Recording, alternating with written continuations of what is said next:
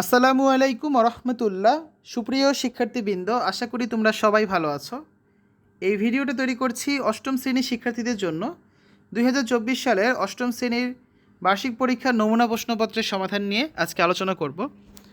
অষ্টম শ্রেণীর বাংলা বার্ষিক পরীক্ষার নমুনা প্রশ্নপত্র 2 এর চতুর্থ পর্বে আজকে আমরা দেখব দৃশ্যপট নির্ভর রচনামূলক প্রশ্নের উত্তর। সময় 3 ঘন্টা, পূর্ণমান 100।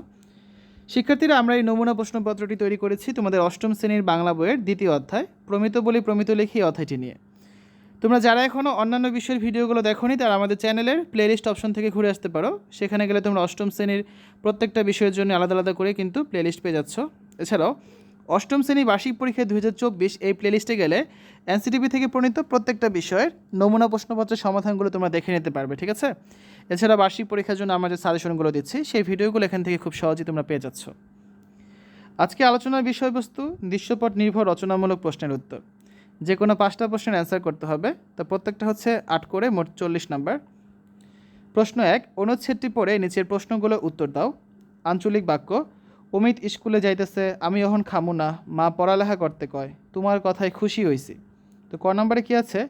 এই বাক্যগুলো প্রমিত রূপে পুনরায় লেখো, ঠিক আছে? আর খ নম্বরে আছে এই প্রদর্শিত বাক্যগুলো থেকে 4টি আঞ্চলিক শব্দ শনাক্ত করো এবং তার প্রমিত রূপ লেখো। তো আসলে আমরা 1 নম্বর প্রশ্নের উত্তরটা দেখি।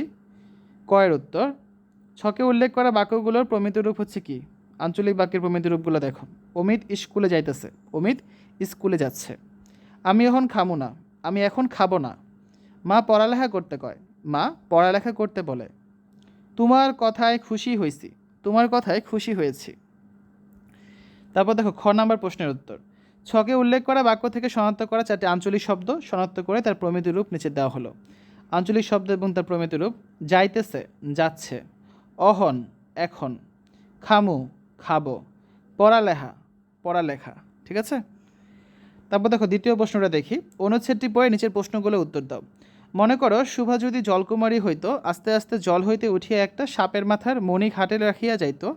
প্রতাপ তাহার তুচ্ছ মাছ ধরা রাখিয়া সেই মানিক লইয়া জলে ডুব মারিত এবং পাতালে গিয়া দেখিত রূপার অট্টালিকায় সোনার পালঙ্কে কে বসিয়া।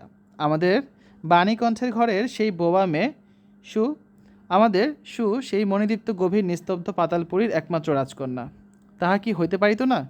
তাহা কি এতই অসম্ভব? আসলে কিছুই অসম্ভব নয়, কিন্তু তবুও সে প্রজাশূন্য পাতালের রাজবংশে না জন্মিয়া বাণীকণ্ঠের ঘরে আসিয়া জন্মিয়াছে এবং গোসাইদের ছেলের প্রতাপকে কিছুতেই আশ্চর্য করিতে পারিতেছে না। ক নাম্বার, অনুচ্ছেদটি প্রমিত ভাষায় রূপান্তর করো। খ নাম্বার, দৈনন্দিন জীবনে প্রমিত ভাষা চর্চার ক্ষেত্রগুলো লেখো, ঠিক আছে? আসলে 2 নম্বর প্রশ্নের উত্তর দেখি। প্রথমে কয়ের উত্তরটা দেখব। অনুচ্ছেদটি প্রমিত ভাষায় রূপান্তর করা হলো। মনে করো, শুভা যদি জলকুমারী হতো, আস্তে আস্তে জল থেকে উঠে একটা সাপের মাথার মণি মাঠে রেখে যেত।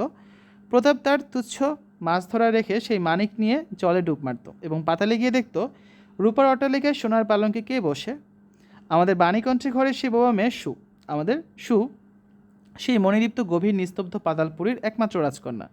তা কি হতে পারতো না? তা কি এতই অসম্ভব? আসলে কিছুই অসম্ভব নয়, কিন্তু তবুও প্রজাশূন্য পাতালের রাজবংশে না জন্মে বাণীকণ্ঠের ঘরে এসে জন্মেছে এবং গোসাইদের ছেলের প্রতাপকে কিছুতেই আশ্চর্য করতে পারছে না।